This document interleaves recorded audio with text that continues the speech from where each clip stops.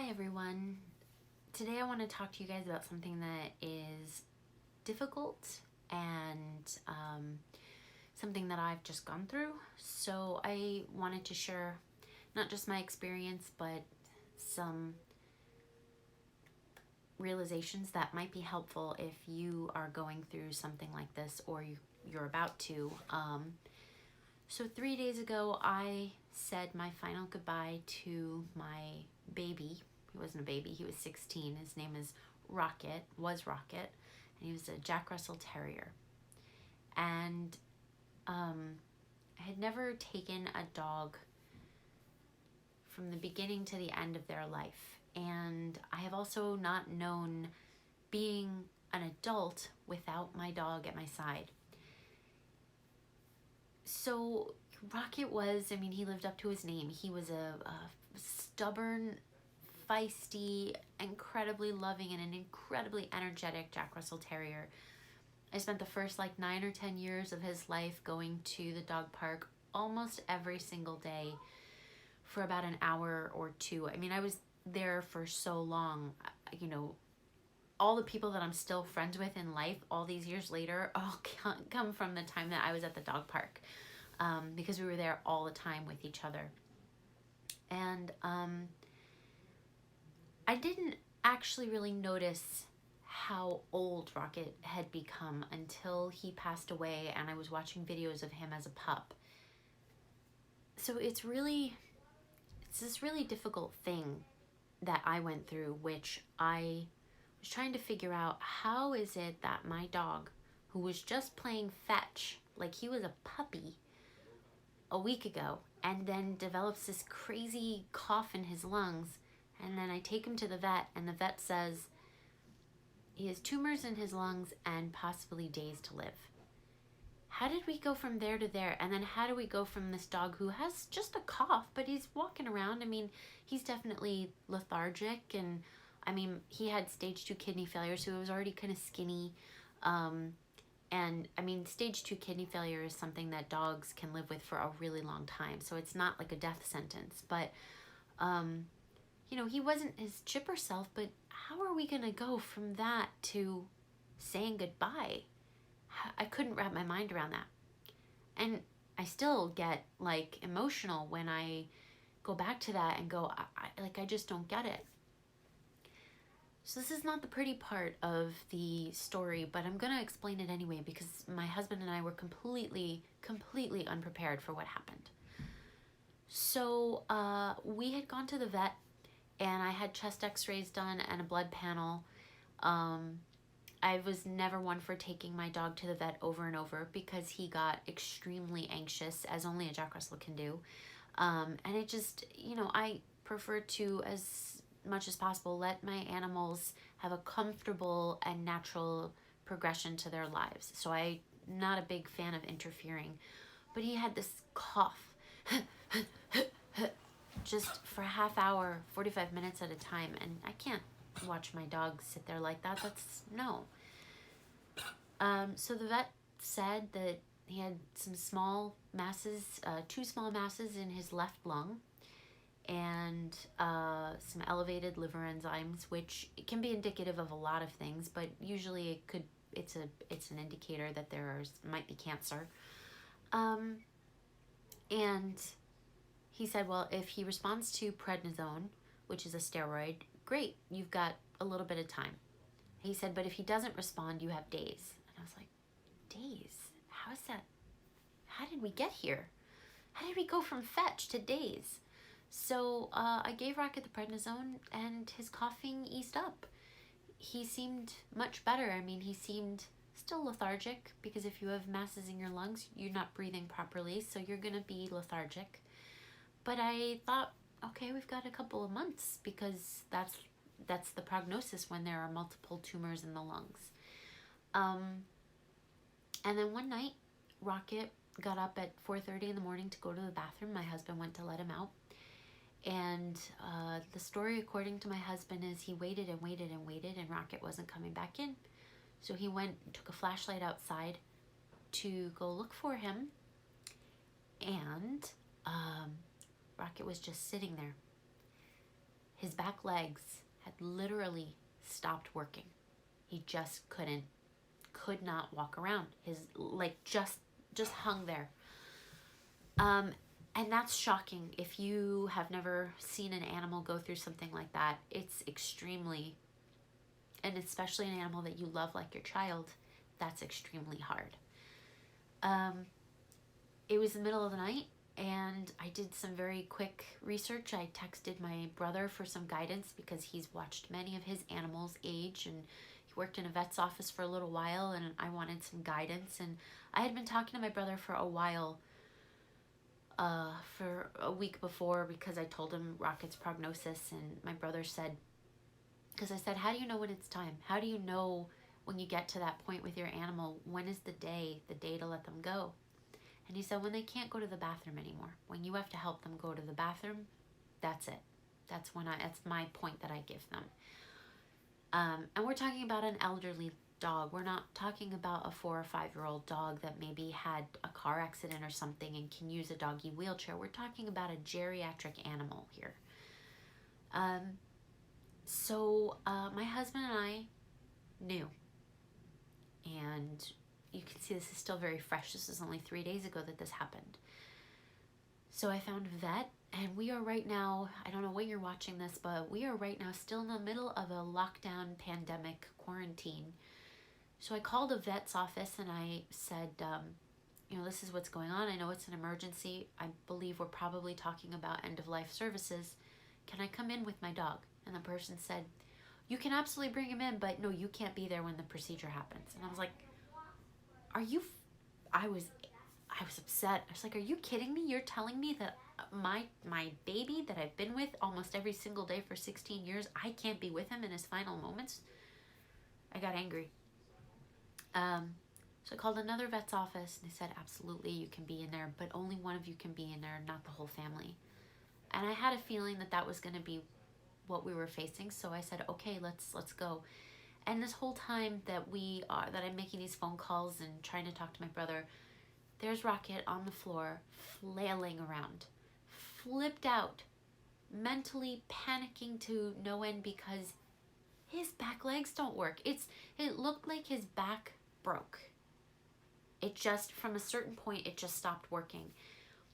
And, was that a spinal stroke? I don't know. I suspect that that's what that was. And I also suspect that, when they detect lung cancer in dogs or tumors, it's not usually the first cancer that presents. And so he must have had cancer elsewhere in his body that we didn't know about. I don't know.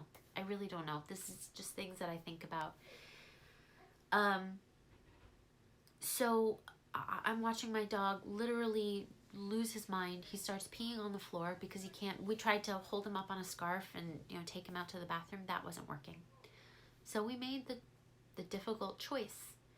We brought him with us in the car. We wrapped him up in a blanket, and we took a short drive to the vet. They brought him in, and the vet called me because I couldn't go into the office. I had to wait in the car because it's lockdown procedures and pandemic and all that. And she said, you're really looking at within 24 hours, he will not be able to go to the bathroom, so he will need to have a catheter, and you're looking at a severe deterioration in quality of life at this point. She said, look, I had a dog that had lung cancer, and I pushed her too far, and I regret that to this day. And I have another brother who we had a Maltese, little tiny Maltese growing up. She was 5 pounds, literally, and she was a vicious little thing, but we loved her. And he was with her. I think she made it to be 18, and he talked to me on the phone, and he said, I pushed her way too far. I held on to her for too long, and I regret that. And I had those words ringing in my head, and so I made the choice. And holy shit, was that a hard choice. But I don't regret it, because I understand that from that point forward, if I said, no, we're gonna go through this, what was I setting him up for? What kind of life? That's not my Jack. That's not my boy. That's never how Rocket took things. He never took things lying down. he injured his leg, his hind leg, really bad because he played so much fetch. You know, he had a typical athlete's injury. So I had to stop taking him to the dog park for a while. He wouldn't stop. He would find a way to play fetch, and he would literally run on 3 legs. He's like, I'll just hold this one up. And, you know, it just wasn't his way. It's not a terrier thing. They don't take things lying down. They're not like, oh yes, dote on me, please. So we made the choice. I'm going to share what it's like when you let your dog go, because you might not know, you might be wanting to know to prepare yourself. They gave me a few minutes with him, and I hugged him, and I told him how much I loved him. Oof. I told him I couldn't fix him, and that he really deserved to go and play and be happy. I asked him for kisses, and he gave me tons of kisses one last time. That's what I really wanted. I told him I was sorry. And I was a wreck. If I'm crying now, if this is a level 1, when I was with him, I was level 10. Sobbing, shaking, all of that. So I called the vet in. She had a number of syringes in her hand. And I said, okay, we're ready. And he was very peaceful. He wasn't flipping out. He calmed down, and he kind of looked at me and was like, I'm done. I'm done. I don't want this. And for my Jack to be calm that way was, I knew. And you'll know too. That's what everybody told me, is you'll know when it's time, they'll tell you. And they were right. They really were. I didn't believe any of that until I saw it for myself. He had a little IV in his leg, and she injected that milky white liquid. Seconds, he slowly laid down in my arm, and he was gone. Like that. So here I am, 3 days later, and there is a gaping hole in my life. He's just not here. He's just not here. And we all feel it. My 5-year-old feels it. My husband feels it. I feel it. And our other Jack Russell, who's also elderly, and she's close to her last days, I'm sure. We all feel it. And before I had a child, I was always afraid to say that my dog is my child because I knew it offended some people that had children. And now that I have a child, I have no qualms whatsoever about saying that my dog was my freaking child, because he was. I loved him like my child. Everything I did, the job I chose, the schedule I made, everything about my life revolved around him at first, and then we expanded our brood, and he was my child. I've lost a piece of myself.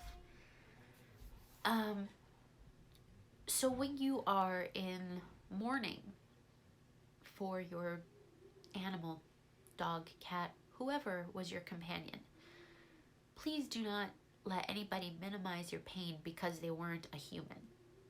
There's no prerequisite in your heart for the form that the thing you love needs to take. It doesn't have to be a human for it to matter.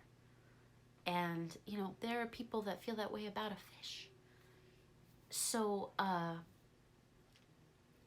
just really want everybody to understand that it's okay to even feel more strongly about losing your animal than a human that you know. It's okay to not be able to function or be hit with moments of grief, because grief is like a weight, right, that you now have to carry.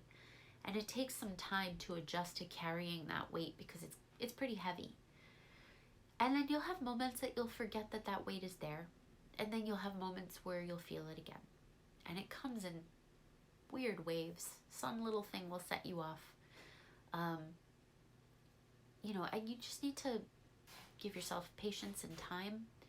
and allow yourself to feel what you're feeling, and don't minimize and say, but it was just a dog or it was just a bird. They're people to us. They're our people. They're our family. They are a part of us. And it hurts when you lose a part of yourself. I hope that I've given you guys a little bit of maybe comfort or understanding of what you maybe either are going to go through or just went through or you are going through. Losing a pet, I hate calling him my pet. He wasn't my pet, he was my kid. He was my boy. I always called him my boy. I always say that I have multiple kids. I just only gave birth to one of them. You know, he was everything to me. And I'm so glad that he's not suffering anymore, because I realized he was grumpy and uncomfortable in his last couple of years. I didn't realize it until I saw his videos of him being younger. But yeah, he was not the happiest dog in his later years. He got a lot of the creature comforts, but he wanted to play and he couldn't. So now he can. So I hope you got something out of this video. I don't care if you like it or subscribe, any of that stuff. Please let me know if it helped you in some way in the comments. And I wish you lots of snuggles and happy moments and a peaceful time with your beautiful family member.